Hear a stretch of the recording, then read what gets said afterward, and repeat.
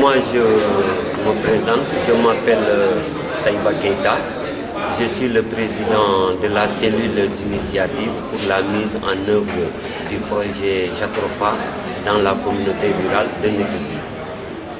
Alors, monsieur Dia, vous venez d'assister à un atelier sur les investissements dans les biocarburants. Maintenant, quelles sont vos premières impressions par rapport à l'issue de cet atelier? À l'issue de ce séminaire ou de cet atelier, moi, mes impressions, elles sont excellentes parce qu'elles ont permis de mettre à nu les défaillances qu'on a toujours notées dans la mise en œuvre des investissements privés dans notre pays, surtout dans le domaine agricole.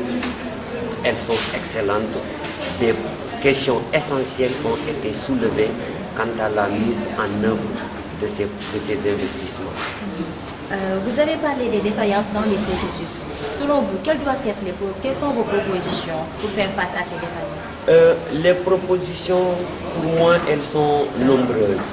Mais la plus importante, c'est d'abord de sécuriser le processus de l'investissement, le processus d'appropriation des terres, d'affectation, je dirais plutôt d'affectation, parce que plutôt ce à quoi on assiste, c'est plutôt de l'appropriation des terres, alors que c'est une affectation. Et là, le gouvernement, l'État a un rôle important, parce que souvent le protocole est signé d'abord entre l'investisseur privé et l'État du Sénégal avant l'intervention de la communauté rurale.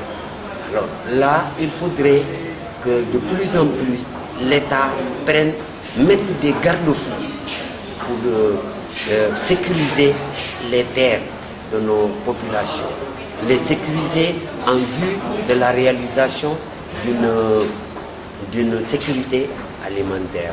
Le biocarburant, c'est une source d'énergie, mais qui ne doit pas occulter notre besoin de sécurité alimentaire. La réforme foncière a été un des sujets débattus lors de cet atelier. Pour vous, quelle doit être la place des gros investisseurs, mais également des exploitants familiaux en cas de réforme foncière? La réforme foncière, j'ai par devers moi, je suis membre au niveau de la direction des eaux et forêts. Je suis membre, j'interviens un peu dans la programmation, dans des propositions, par des propositions sur cette nouvelle réforme foncière. Mais elle doit prendre en compte l'inclusion des populations. Elles sont toujours propriétaires. La terre, dans nos pays, sont des héritages familiaux. Donc, pour toute réforme foncière, il faut associer les populations parce qu'elles sont les premières intéressées. Il ne faudrait pas que les gens se mettent dans des bureaux, prennent des décisions et veuillent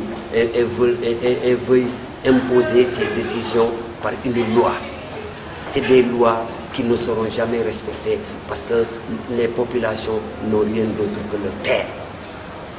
Aucune loi, ils ne permettront à aucune loi de les désapproprier de leur terre afin de les confier à des investisseurs, si riches soient-ils, quelles que soient les retombées.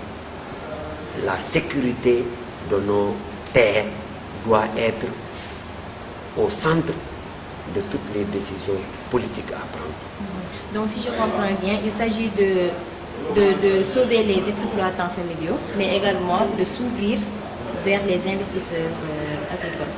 L'exploitant familial est le saint nourricier de notre société. Depuis que notre pays est pays, ce sont les exploitants forêts et les exploitants familiaux qui nourrissent les pays. Donc, on ne remet pas en cause l'investissement privé. On ne remet pas non plus en cause l'investissement des partenaires au développement. Ils sont toujours les bienvenus. Mais dans cet investissement, l'État a le devoir et l'obligation d'assurer la sécurité du foncier. Maintenant, selon vous, quelle suite est à donner à cet atelier? Je crois que cet atelier n'a fait qu'ouvrir une fenêtre. Une fenêtre sur un ensemble de problèmes auxquels le monde rural est confronté.